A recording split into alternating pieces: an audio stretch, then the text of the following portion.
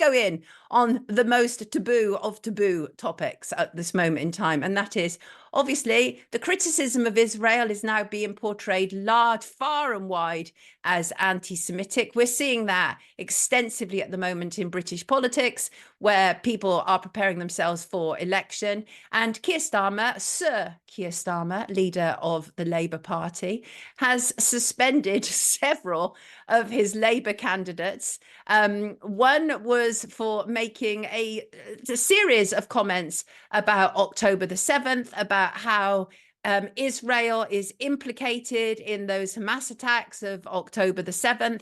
And Keir Starmer has withdrawn his support of that particular candidate, and then he withdrew that's his Azhar Ali, who is running for Rochdale. So Azhar Ali is still running for Rochdale, but without the backing of Labour, and it'll be terribly embarrassing for Labour when he almost certainly wins, which I suspect he will.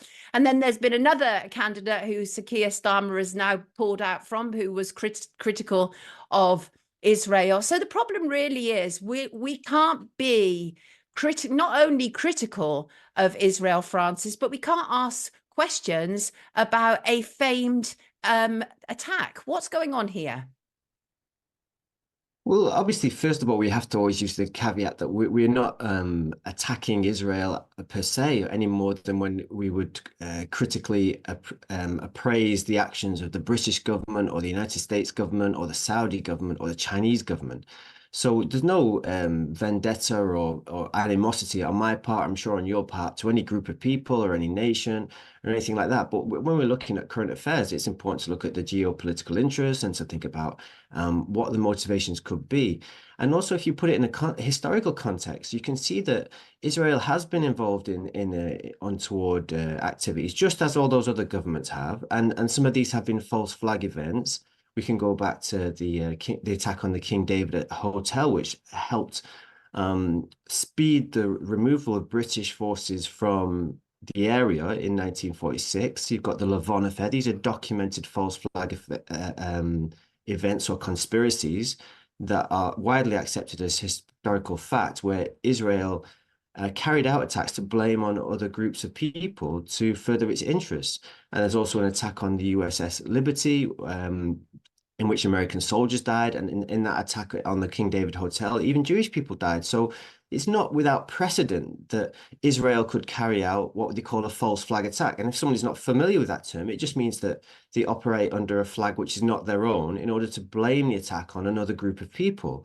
Now, then we look at what's happening on October the 7th, and we see that Israel is one of the most powerful militaries in the world, and it receives a massive amount of money from the United States. Almost at one point, I think it was reckoned at about $10 million a day from the United States to help fund its security. And there are former Israeli agents and operatives who were surprised, as the public were, I think, in Israel, at the attack and how the ease at which people breached Israeli security, because they thought that, even if a cat moved on those areas, the sensors would pick it up and the response would be much more forthcoming, much more quickly. And the festival that was attacked was moved closer to the border, and it was only a matter of miles from other Israeli bases and forces, and yet it took them 8 hours to get there. So and more for other areas that were under attack. So all of this is very strange, and I think anybody with any kind of critical appreciation would look at what are the motives, and could this have been allowed to happen at the very least, or could it have been facilitated? And again, in that historical context, and that's without any emotional attachment to what's happened. It's just looking at it in a forensic way, as somebody who might investigate the event might do. Now, the politicians you mentioned there who've been suspended, some of them have done this and queried it. And what they have been labeled immediately is exploring conspiracy theories and being anti-Semitic. But it does not follow that you are anti-Semitic if you question a government any more than you're anti-British, or if you question the Catholic Church, you're anti-Catholic. These institutions are capable of wrongdoing, regardless of what their epithet is attached to. Right. And a conspiracy theory, it's very important that people get their heads around this, is a weaponized term in the sense that it is used to address any act of wrongdoing against an authority that has not yet been admitted to by those accused of the wrongdoing. And it's Right. become a catch-all term to defend authority of all misdemeanors. Right, but since the November protests, the pro-Palestine protests, certainly in England, we've seen a ramping up of this. And in fact, yesterday, 3 women were found guilty of terror offences after they were said to have displayed images of the Hamas paragliders in October. No, following the October 7th attack, rather. And so they denied it. They said that's not what it's about. This is about, it's about illustrating freedom, et cetera, et cetera. But of course, Hamas is a banned group in the UK. You can't be seen to be promoting it in any way whatsoever. But so these 3 women have now been convicted of terror offences. But there is certainly a feeling that it is dangerous to criticize Israel in any way whatsoever because of the conflation of calling out Zionism with the conflation of it being anti-Semitic. And that's the very dangerous territory, Francis. That renders people silent about genocidal crimes. Well, exactly, but I think we have to understand that there are some people. So we can accept that there are some people who maybe do have ill intent towards Israel or ill intent towards Jewish people, and those people make it difficult for the rest of us to have a rational and reasonable conversation about it. And there's also those people who want to completely shut down any criticism of Israel, so they use that. And so, but even as long ago as 2002, an Israeli minister called Shulamit Aloni said that anti-Semitism is a trick. We always use it. These are her words to deflect criticism of Israeli policy, and she's on video saying that.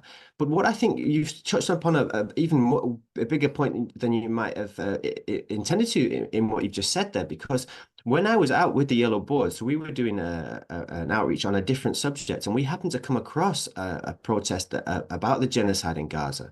And some of the people thought that we were trying to steal their thunder and were a little bit unhappy with us. So the police sort of, just moved in the way and just so that there wasn't any trouble. And I was speaking to some of these policemen, and I had a very polite chat with them. They weren't from London. This was in London. They were from up north in Yorkshire, and they were very conversational. And at the end, one of them handed me a flyer.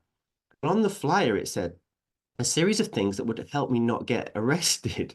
And it was saying that you couldn't, and it was all very subjective. It was saying things about how you couldn't say things that might be taken to be hateful or scary, and how you couldn't, it said, it's detailed that you couldn't express any support for a terrorist organization. But all these terms were subjective. And in my head, I was thinking, so at the moment, people might agree that you shouldn't really be supporting Hamas, and they might think it's good that it's illegal that you don't support Hamas. And I don't think anybody who really who favors peace would support Hamas, and they have dubious origins anyway. They might even have been founded by Israel by some reports. Right. But my concern would be that if we accept that you cannot speak freely about one group, how easily that group could be changed and turned towards anti-lockdown protesters or anti-vaxxers or whatever cause you want. Once you've set the precedent that a group can be criminalized and support for it can be criminalized, you can apply that to other forms of protest.